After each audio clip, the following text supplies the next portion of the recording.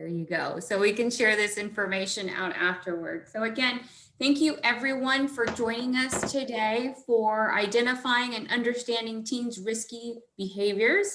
Today we have Angie Ellison and Luke Bigelow. Angie is the director of Interact Alliance, and Luke is one of our substance use provider therapists here at Peace River Center. And as you may or may not know, Peace River Center is the community mental health center and the provider for Polk, Highlands, and Hardee counties. And we provide a wide range of services, including 2 crisis stabilization units. We provide outpatient therapy, 24-hour crisis mobile response team and hotline. It's an emotional support hotline, which we'll send out information to you about that after this presentation. And again, we provide services for substance use disorders, as well as services for survivors of domestic violence and sexual assault. So again, we provide a broad range of services for individuals at any level of care of their mental health needs. Again, thank you for joining us for identifying and understanding teens' risky behaviors. Like I mentioned earlier, you are on mute and cameras are off, but this is interactive. So we have a Q&A and chat option. So if you have any questions, I'll make sure to stop through the presentation and see if we have any. So to get started, I want to introduce to you our speakers today. Angela Ellison is the executive director of the Interact Alliance, where she works with over 16 staff members, 25 board members, 25 advisory board members, and hundreds of volunteers to pursue the agency mission. And the mission is to reduce the abuse and underage use of alcohol, tobacco, and other drugs through community awareness and involvement, prevention education, economic support, and leadership development. So again, this is a lot of the prevention and education that we are doing in the community as well. So good stuff here. Angie is a native of Florida and has lived in Lakeland for nearly 40 years. She came here as a student at Florida Southern College, where she graduated with degrees in advertising and public relations. And she worked in those fields for large corporations like Scotty's Family Business and Higginbotham Realty, and community organizations like the Chamber of Commerce. She spent nearly 10 years running a business from home in order to be the one to raise her children. And during this time, she became a very active community volunteer. So she served on the board of Salvation Army, Girls Inc., Junior League, Explorations, and much more. Angie considers motherhood of her daughters, Alexandra and Victoria, to be her most important role. So thank you so much, Angie. And Luke has been working with Peace River Center now for about 2 years, doing substance abuse recovery work. He's studied addiction since high school and has a master's degree from Southeastern University in professional counseling. So he enjoys working with adults and teens both, and strongly supports early intervention to help teens avoid more severe problems later. He recognizes the importance of helping the whole person, as well as the involvement of the family for the best outcomes. And he has seen many people graduate successfully from the programs and believes strongly in hope for everyone. So again, thank you both for joining us here today, and we're going to hand it off to Angie, and I'm going to turn off my screen and let you take it on.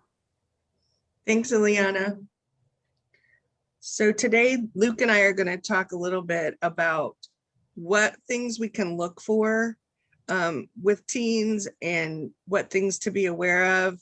But I absolutely despise any presentation that only talks about the problems and not the solutions. So we're very much going to try to focus on things that we can all do, not only the parents, but those of us who have influence on kids as well. Okay. I think we're ready for the next slide. One of the things we would be doing today in person, if we could, would be taking you through Own the Upside, but Avoid the Downside.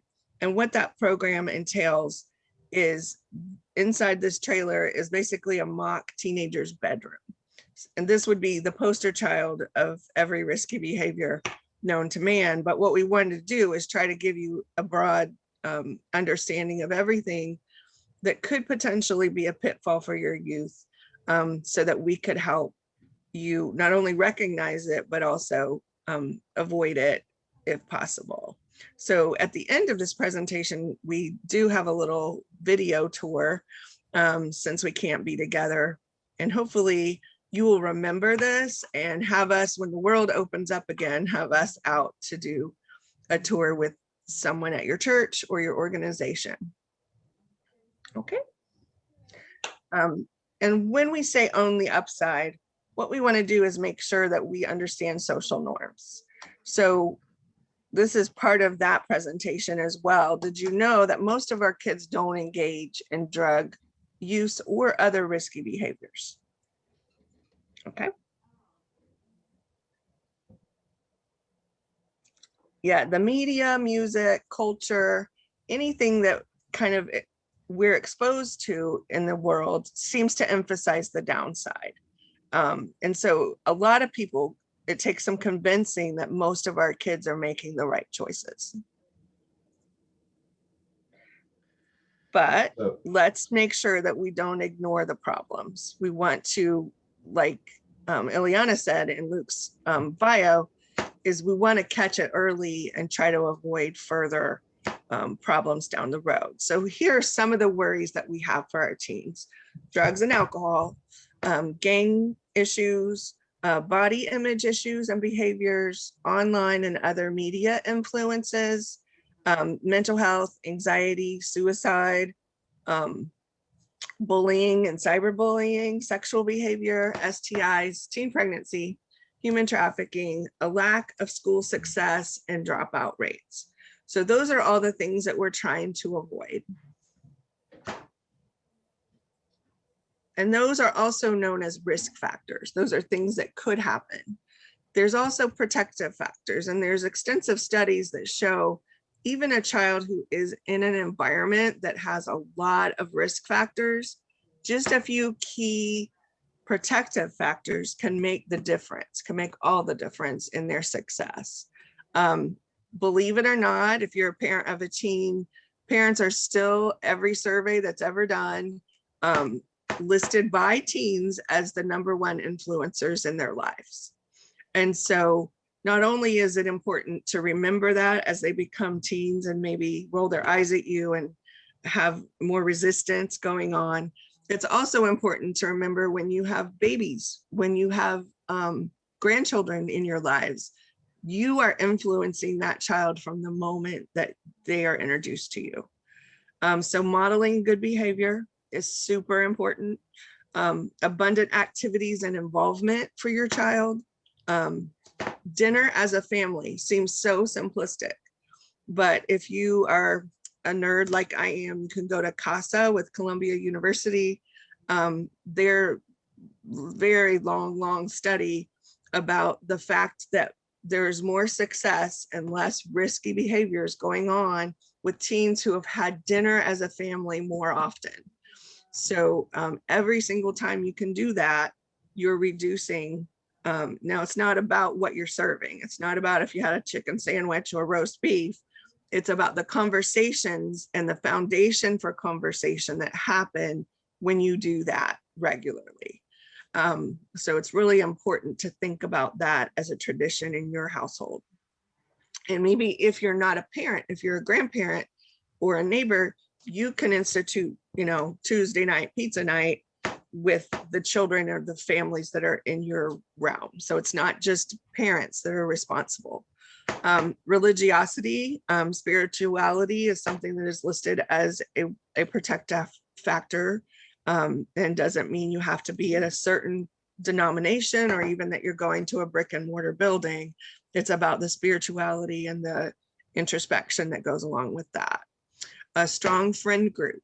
So if your kids, especially as teenagers, are isolated, they're less likely to be on track. There's a certain amount of competition, healthy competition, that happens with a small group of friends.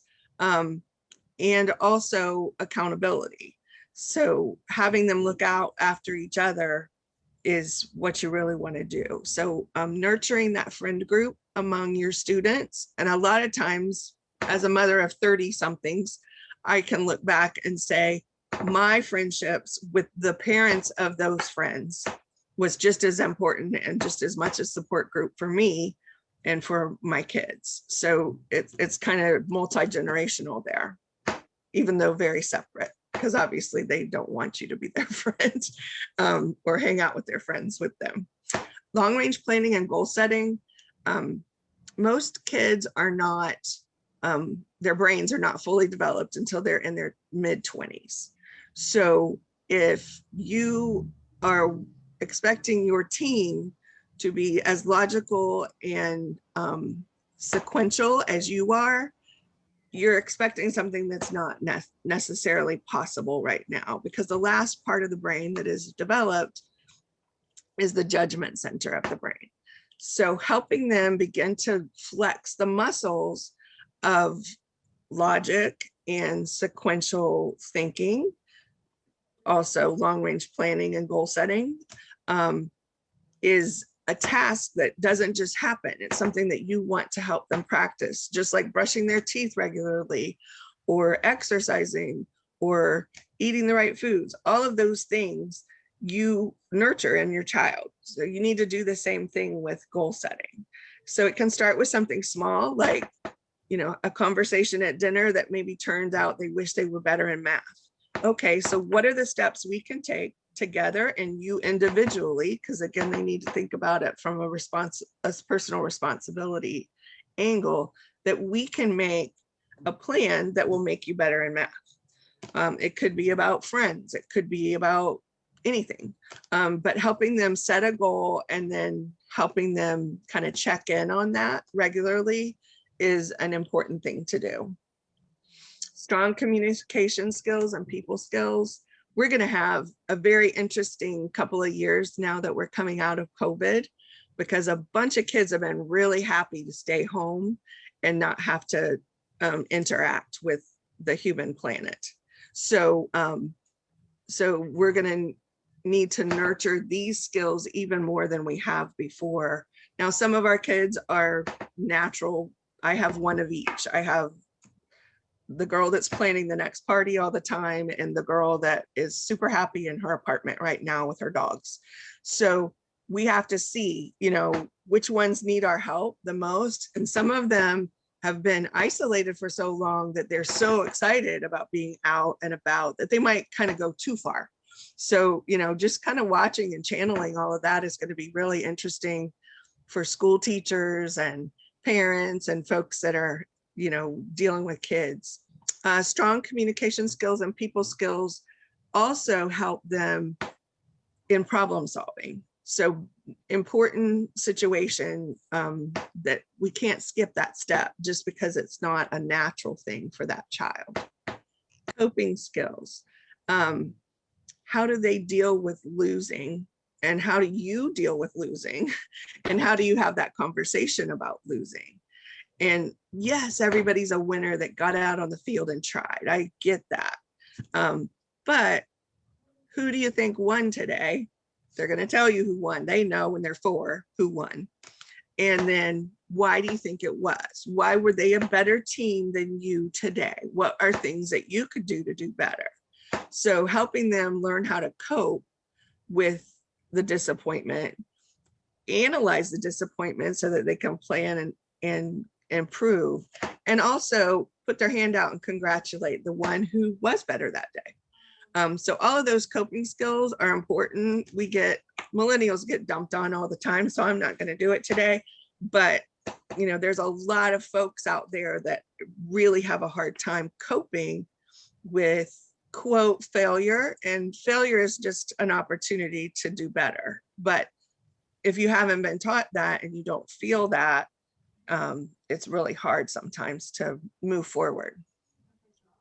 Okay. And then I think it's important too, when we were creating Own the Upside, which we did with focus groups from all over Polk Highlands and Hardy County. Our law enforcement friends especially were saying, when we find something negative, we typically have parents who were hesitant or afraid to, quote, butt in. So we want to give parents a permission slip today that they control their domain. That means screen time, teaching and requiring tasks in the household, because it is their child's household as well. And it needs to be age appropriate to start with. It might be putting away your toys, and then it may graduate as they get older. Checking in on grades. Parents need to know there's a parent portal out there, and you should have a password.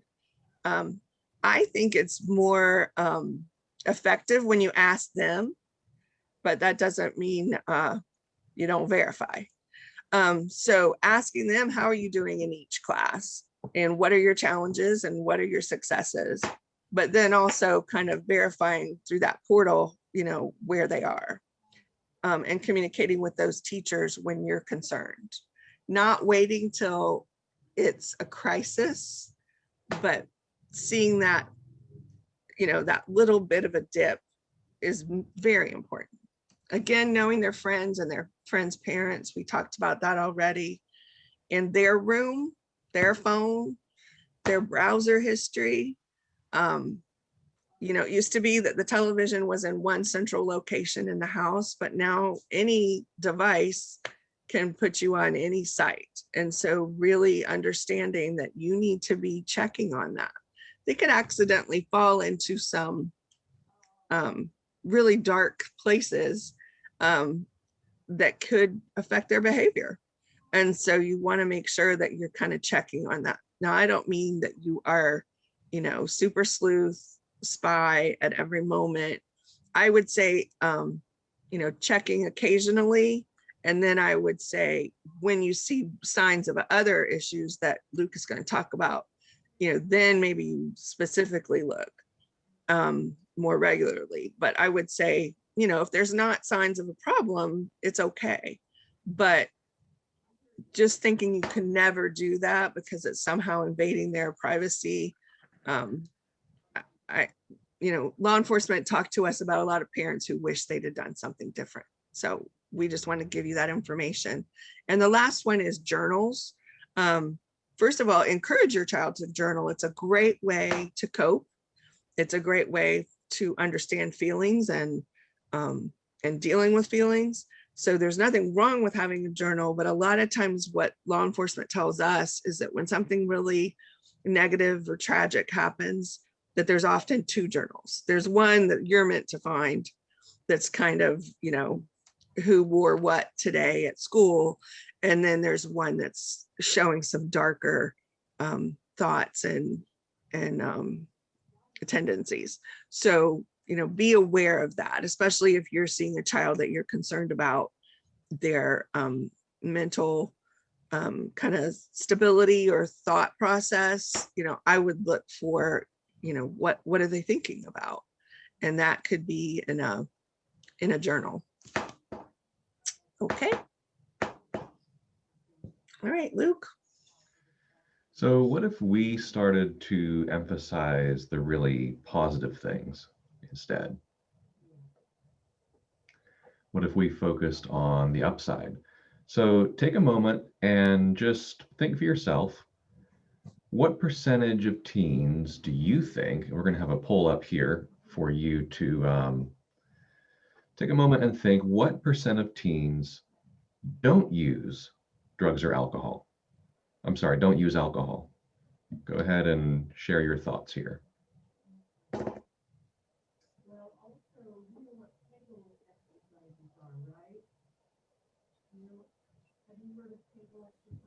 All right, everyone's doing a good job here of answering these questions. We've got about 73% of our attendees participating right now. So just take a couple more seconds to participate in this poll.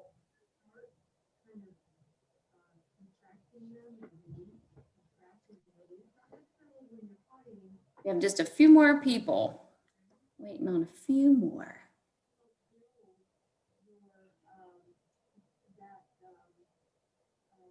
All right, 92%. We got a couple more of you out there. All right, we're gonna stop it now. I'm gonna show the results. All right, so the vast majority here think 89% do not use alcohol. All right, And that is the correct answer. that is absolutely correct. 89% do not use alcohol. What is the percentage of teens who don't use tobacco? And what about the percent who don't vape? Vaping's become kind of a big thing recently, and it can seem like everybody's doing it. What's the percent that don't use tobacco? What's the percent that don't vape?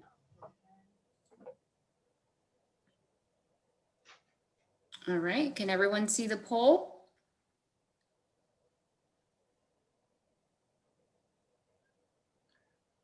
I lead group therapy sessions here, so I like it when everybody participates. Everybody jump in here. Give us your numbers for this. Yeah, they're going. We've got All right. 59, Excellent. 62% now, everybody.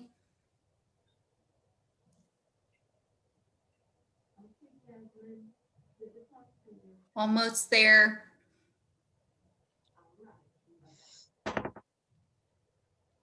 Give it another few seconds. These polls are anonymous and there's really no wrong answer here. We just want you guys to participate so that we're learning together. All right, I'm going to share these results with you. Right, so we've got 98 and 82% don't use tobacco, and we've got 89% don't vape.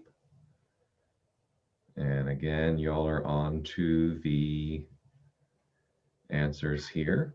Yep, and 98% of teens do not use tobacco and 89% do not vape. So we were very close there on the percentage of teens that do not use tobacco, and you guys were right on the money for the do not vape.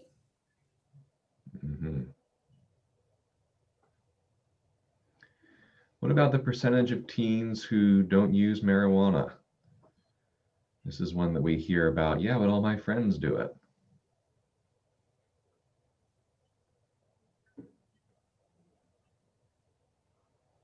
This one's getting a little bit of all of them.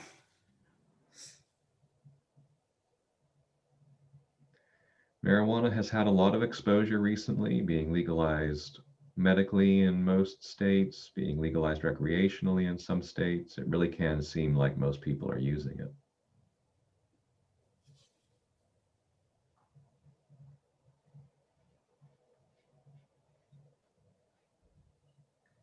All right. I'm going to share these results.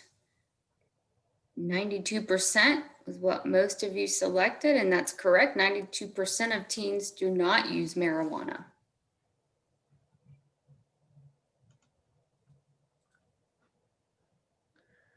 What about the percentage of teens who do not use prescription drugs? These are your prescription painkillers, your opioids, your benzodiazepines for anxiety.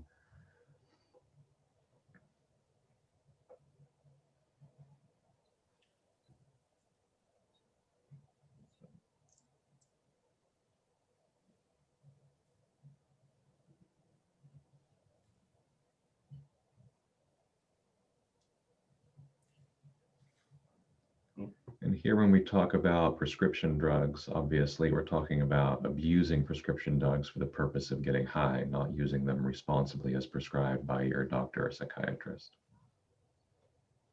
Okay.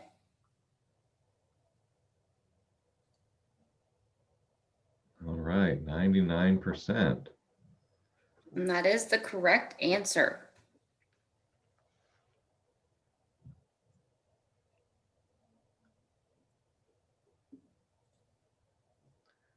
So what if we do embrace the positive side? Yeah, that could be something that could catch on.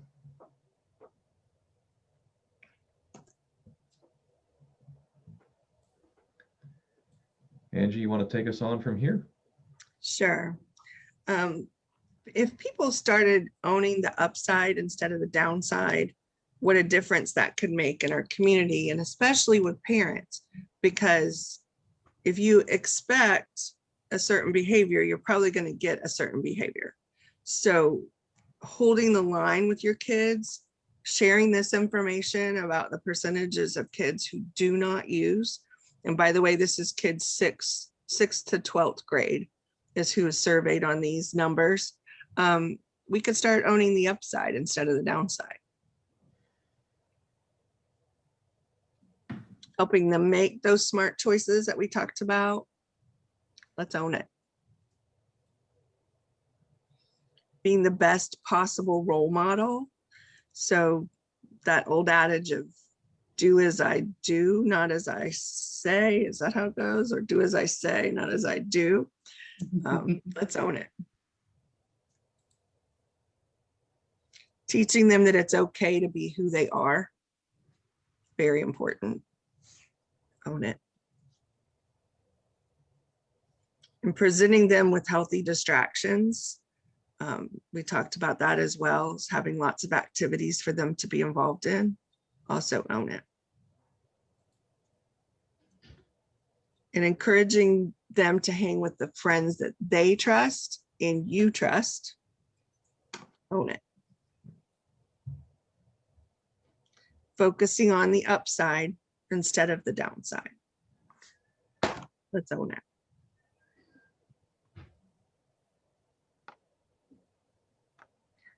So one little correction I wanted to make on marijuana, I think we had the wrong percentage, and that might have been my fault. These change every 2 years for our county. So I might have had an old number in there, but it's 87% of our kids are not using marijuana. Oh, I just wanted to make sure that we made that correction. Angie, this is the video of the trailer. Is there anything you'd like to add before I show the video? Just that I think that Luke might want to talk a little bit about kind of the signs that he sees with his clients and families. And then this is a quick video of just some of what's in there. And I would encourage folks to please have us out once things open back up and we're able to breathe in the same space again, to have us come to their organization and talk more in depth about what you're going to see in the video. But I would think Luke would want to talk a little bit more about kind of what he sees with kids as Okay. well. Forward ahead to the next few slides, Luke, and come back to the video if that's what we'd like. Actually, I'd prefer to have the video first, and then Okay. I can talk about some of the things that are presented there. Great.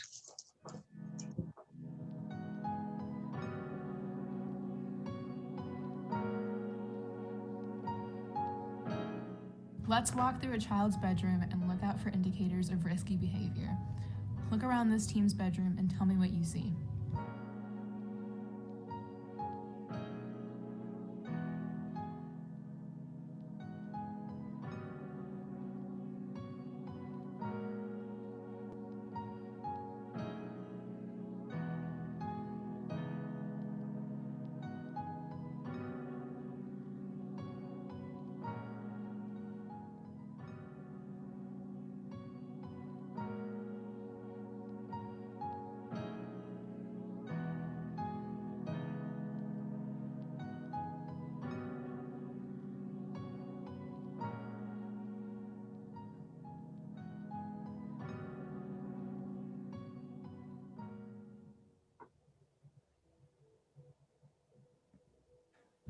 Did you know that your teen could easily buy these stash items online and hide them in their bedrooms? A few items to look for that indicate marijuana or tobacco use could be vaping devices called Juuls that look very similar to flash drives, or bongs for smoking marijuana that could look like vases. Club drugs such as ecstasy, LSD, and other rave drugs have side effects such as teeth grinding. Pacifiers are often used to combat this. Other club drugs can be found in glow sticks and injectables. Due to curiosity, many middle schoolers, most commonly 9 to 11-year-old white boys, huff or inhale household items to give themselves a high. One example is an electronics duster that can give direct delivery of aerosol to the brain by inhaling aerosol through the straw in their nose. Most to all aerosols are toxic and can be deadly if inhaled. Sometimes your child may be going off the deep end if they have some of these magazines. Law enforcement tells us that tragic scenes include 2 journals. A happy one is a cover-up, and one that is more dark, displaying the truth. Some signs of gang relations are certain colors, signs, and artwork. Nowadays, social media and society as a whole have created a beauty standard that is virtually unreachable. Many teens struggle with body image as a result of this. Some things to look for are scales, measuring tapes, records of weight, and mirrors. Your kid might be involved in drug sales if they have any items from this list: a small scale for weighing the drugs, razor blades, syringe needles, and/or small Ziploc bags. Don't let all of this information intimidate you. Most of us teens aren't using these items or doing this risky behavior. However, there are precautions you can take with your child to help keep them safe. Sites such as Safety Web, Social Shield, McGruff Safeguard, and Life360 are great resources. To report a missing child or suspected child exploitation, go to missingkids.com or call 1-800-843-5678. We want our friends to stay safe.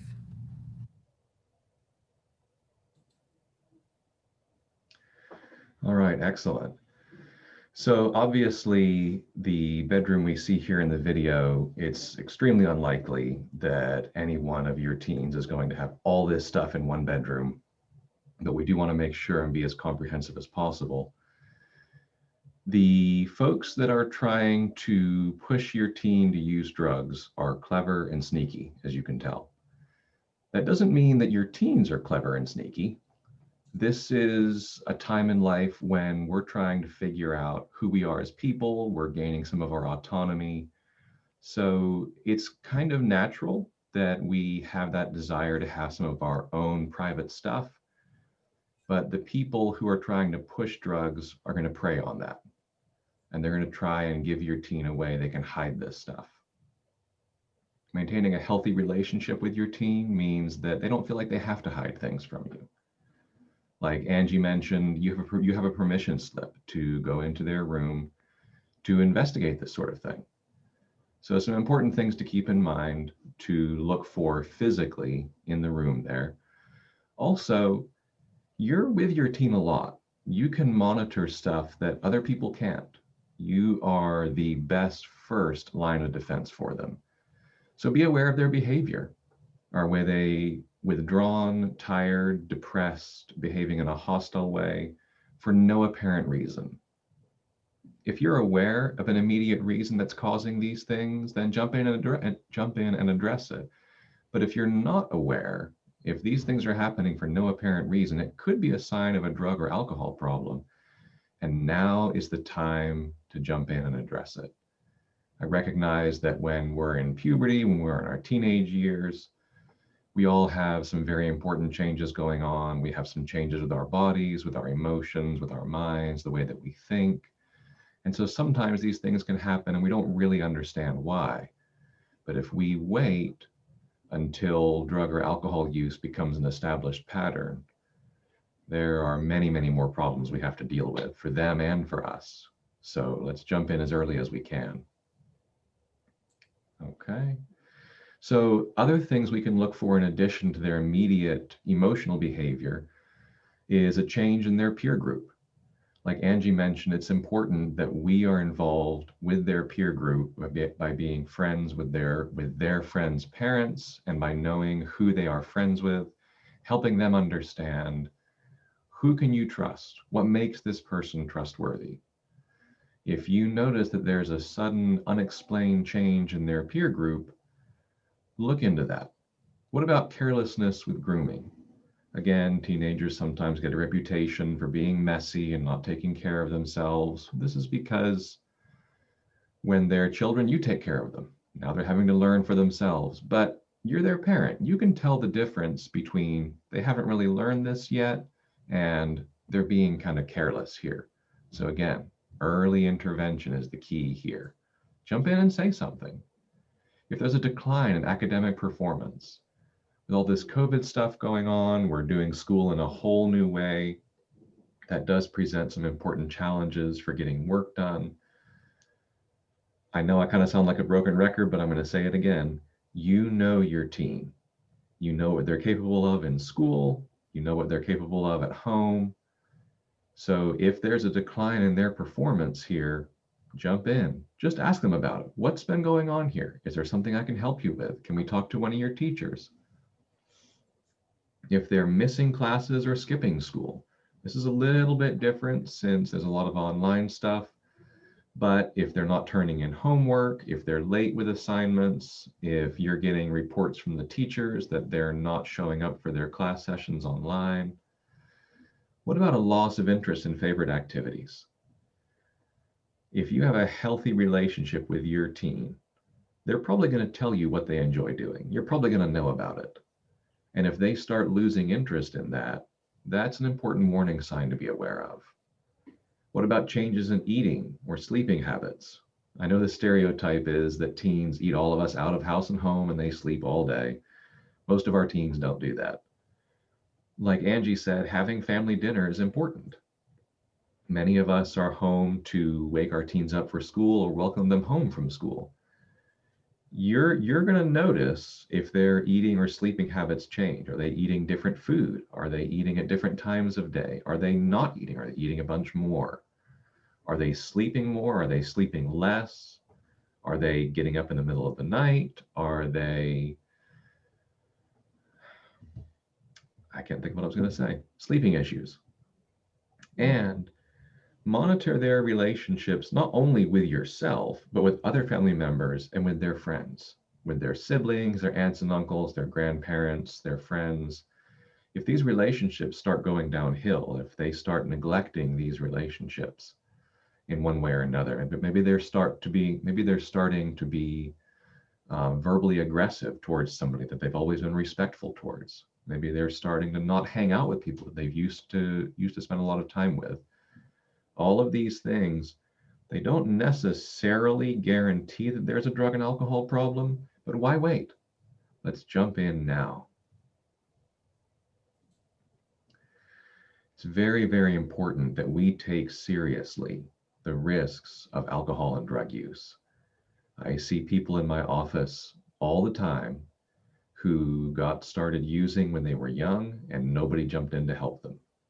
And now they're involved with probation, or they're involved with DCF because their kids have been taken away. And I don't want that to happen to any of your teens. I've also had several teens who've been in my office whose family has jumped in with them. They've come to sessions with them. They've called me and asked, how are they doing? And these teens succeed wonderfully. They understand the risks.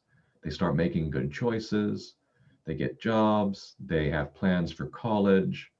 All these things, or they go to trade school, they find something that works for them. You have the power to jump in here and do this. But if you don't take this risk seriously, they're going to pick up on that and they're not going to take it seriously. If you do take it seriously, you care about your team. We all know that. You care about your team. You want to do this for their sake because they are a very deeply meaningful person to you. Communicate that to them in your relationship with them so that when you jump in and ask these questions, they'll be willing to open up and say, yeah, hey, my friend gave this to me and I tried it because I was curious and it helped with my anxiety. And you can help them understand, well, that's really a very destructive solution to anxiety. Let's try something else. If you notice any of these warning signs, they could be alerting you to a substance abuse issue or maybe a mental health issue, maybe a medical issue. These are all things that happen to any one of us. I'm sure all of us have dealt with some kind of an important medical issue or a mental health issue. So jump in and intervene here with your teens. If you have any concerns at all, any concerns, get help. Talk to your primary care doctor. Talk to the school guidance counselor.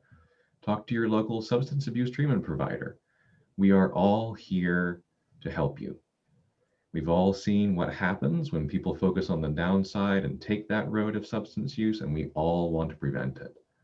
We all are in this field on purpose because we want to help people. We are all here supporting you, supporting your team, and early intervention is the best way to help your child. You are showing your child that you care. Yes, they may be irritated at first. They may not understand why you're trying to get into their business here with this, but it's your job to be in their business because your business is setting them up for as much success in life as possible. So early intervention here is the very best way to help your child. And I would like to just add to what Luke is saying, in that sometimes it happened because of experimentation. You know, like Luke mentioned, a friend offered it. And then sometimes it's self-medicating. There's something deeper and darker that's happening. But either way, physiologically, the younger you start, the more likely you are to be an addict. So it's our job as parents to delay onset of any kind of legal drug like alcohol, but delay onset of any kind of drug use as long as we can. I mean, when I say more likely, we're talking 5 times more likely to have a life of addiction if you start at 14 or 15. So really, really trying to delay that onset. That's why it's 21. There's a reason for it. And trying to keep your child, you know, away from those experimentations and self-medications as possible. Absolutely. Thank you, Angie. Well, if anybody has any questions, thank you so much, Angie. There is one question in the Q&A here. I think it basically says, so we all, you know, thinking back to our youth, may have known someone who was using a substance, maybe we haven't, but what could you recommend to maybe your son or daughter has shared with you that they know that someone is using, and how to get them help, or at least do you alert the parent? How would you recommend that someone take charge of that? I think that that's a really great question. A lot of times friends will tell friends before they'll talk to their own parents or to an adult. And I want to mention the video that was just done is by our youth group, Youth Impact. And we're trying to train them as much as possible to encourage their friend to go to a trusted adult, and discourage any kind of use that they are seeing with their friends. A friend can make a huge difference, and yet, you know, they're really afraid of, quote, squealing on or, you know, telling on a friend. But I think it's important that we tell our kids, if you are in this situation, please encourage them to see another adult. Please encourage them to do everything that they can. And then as adults, if we're aware, then we kind of need to find a way to let a parent know. You all know that as parents, you would want to know if that was happening with your child. And it's an awkward situation to be in for both the friend and for the parent. But yeah, I made a pact with all my kids' friends when they hit middle school, is if you know something, you know, no questions asked of how you found out, but I want to know. I want to know what's going on with my kid. So it's probably not a real popular answer. How do you feel about it, Luke? First of all, everything you said is excellent. I would also say that as far as the teen in particular who's found out, hey, my friend is using, there's a lot of misinformation out there about drug and alcohol use, but the accurate information is readily and freely available.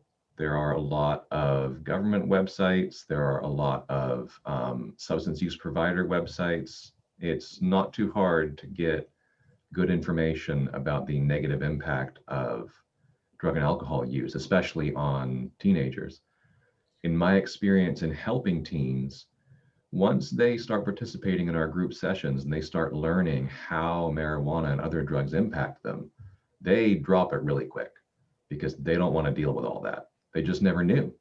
Nobody ever told them, hey, it will mess you up like this. And once they figure it out, they don't want to have anything to do with it.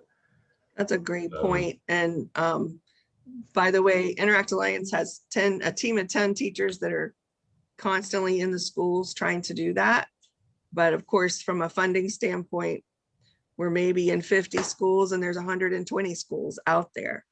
But as a parent, you could definitely start very young saying, how do you know what you see on the internet is true or not true? What's a good way to research that? And it doesn't even have to be about substance abuse. You know, there's lots of myths and miscommunication out there. So what are, helping that, back in the day, there was the resource area of the library and you could go there and you knew that was the real. But, now the kids are going to have to really learn how to discern information that they're getting bombarded with. So trying to help your kid understand that from a really young age is another probably thing on that list that we should be adding as a protective factor in this internet era. That's great information. Yeah. So one of the other questions that we have on here was, I know in one of the slides you mentioned the provider. So like a doctor, contact your medical if you find out that your teen might be using. What are some of the next steps after that? And what are some of the resources available for getting help for a teen that's using? And when do you really, so if it's just testing or, testing drugs or whatever, experimenting, or if it's a substance use issue, when do you really get them involved in services, or do you right away? I think first thing, if you're suspicious and if you're concerned, you need to test your kid. And there's a couple different ways to do that. And then once they're tested, and also every parent needs to know, you can go, if your child is in the school system, there are folks that can help us with assessment and treatment processes. And a lot of times what they do is direct you to Peace River or to Tri-County or to whatever the treatment, if there's a treatment process that's necessary. But everyone that has a child in the school system, you can get, because a lot of times it's about money or they're concerned about money. And so they kind of ignore it. It's all free. You can get an assessment through the Mark Wilcox Center. All you have to do is call and set that up. So a lot of times you can have it done. They'll come to this child's school and do that. So it's important to know that those resources are out there if the problem is at that level. I would say I don't know, Luke, do you think there's a first step before treatment? Yeah, I do. I think having a professional evaluation is really important. Here at Peace River, we do a comprehensive biopsychosocial evaluation. What that basically means is that we're taking a medical history, we're asking about social history, we're asking about mental health, and we're asking about substance use, because all of those factors are all tied together. Mhm. And I've had teens come into my office because somebody was concerned, and it turns out nothing was going on, they were fine. I've had teens come in who, because of some concerns, and it turns out they were just experimenting with it. At that point, it's up to the parent's judgment. Do you feel like treatment for the sake of helping your teen get educated is a good measure? And if you feel like your teen is in a place where they can be receptive and learn something, I totally support that. Or if you feel that you and your teen, they say, hey, I was experimenting, I realize it's a problem and I won't do it again, and you all watch out for each other from there. Okay. But I would say as often as possible, if you can if you can afford it, if it's feasible for you, definitely get the evaluation, because you as the parent are in a position to make the biggest impact on your child. However, chances are you're not in a position to have that same training, expertise, and experience that a professional would have to see all the things, all the factors there. That, And yeah, that- and just to expand a little bit, once the assessment is done, either at Peace River or at the school system, then they kind of let you know what you think the next step should be. There is a citation situation that goes on with kids who are doing something with tobacco or some sort of paraphernalia that indicates maybe marijuana early use. Part of that citation, they're to take a course from our staff that's a 3-hour course.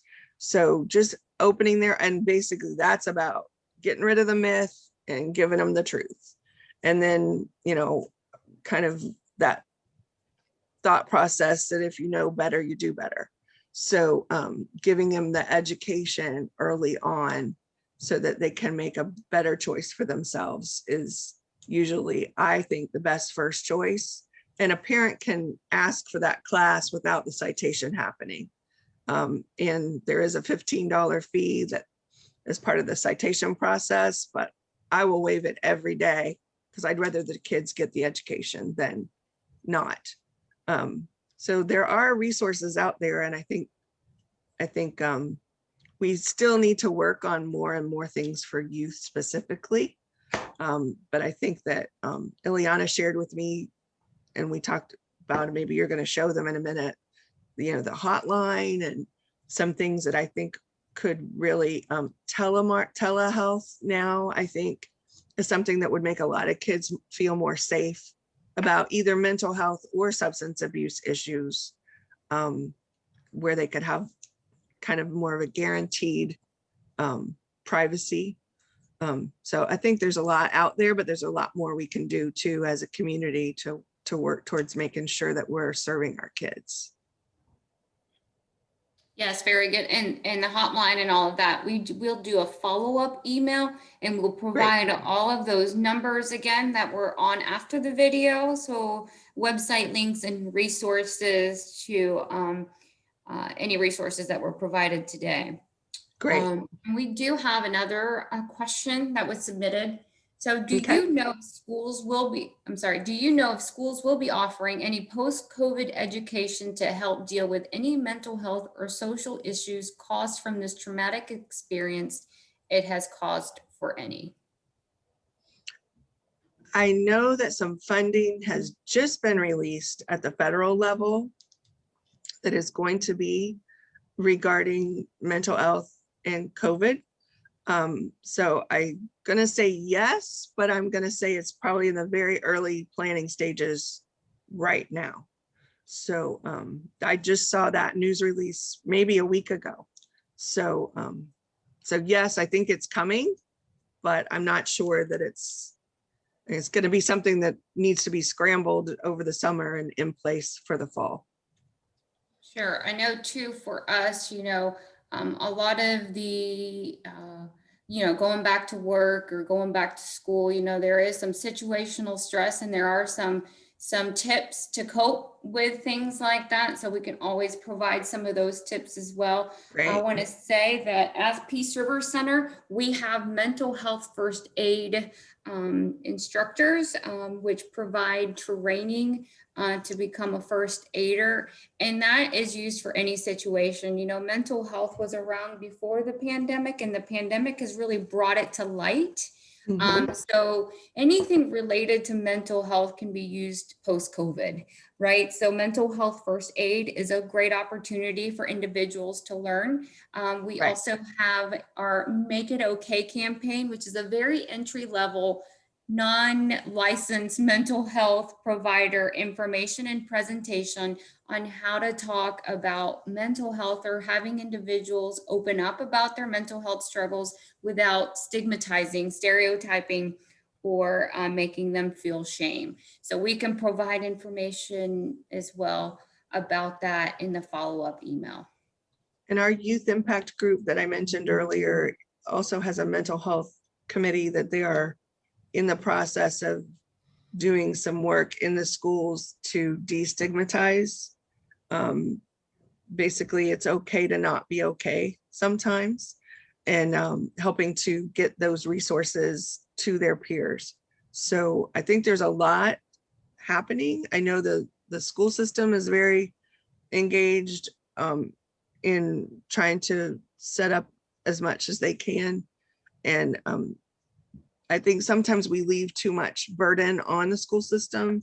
So we all need to be aware that we're partners and that we can share all the information with each other. Yeah, that assessment at the school system is this, is still going to deal with mental health and COVID, because it's dealing with any mental health. And then same with the evaluation with Luke and Peace River is, mental health is mental health. So Right. so I think that there's a lot in our community, and then there's a lot that we can help each other kind of demand from ourselves and from each other. I'd like to also add that in schools, obviously Peace River Center does work with the schools. The schools Yes. have their own partnership with other providers, but we do provide behavioral health services within the school. So we do groups at the Crystal Lake Partnership School, but those services are also available and opportunities to expand to other schools as needed. And I can also say that our crisis team is usually at one of the schools during the school year every day, and/or therapists, because we have on-site services and we meet the individual wherever they need to be met to receive services. So I think obviously that will continue to happen. During COVID, everything has been provided through telehealth, but as things open back up, I'm sure in the new school year, we'll be seeing more of our in-person services start up again. It might be exciting to have another workshop down the road from the hospital. Lakeland Regional is working to build this huge mental health center that, we all need to be a part of helping plan and make sure that the services that we need in our community are going to be happening. But I think it would be interesting to hear what the plans are so far and give input about what we as a community want to see happen. Sure. Do we have any more questions out there for Luke or Angie? We're about at that time to wrap up, but if you have any questions, please go ahead and put it in the chat now or into the Q&A, and we'll get that answered for you.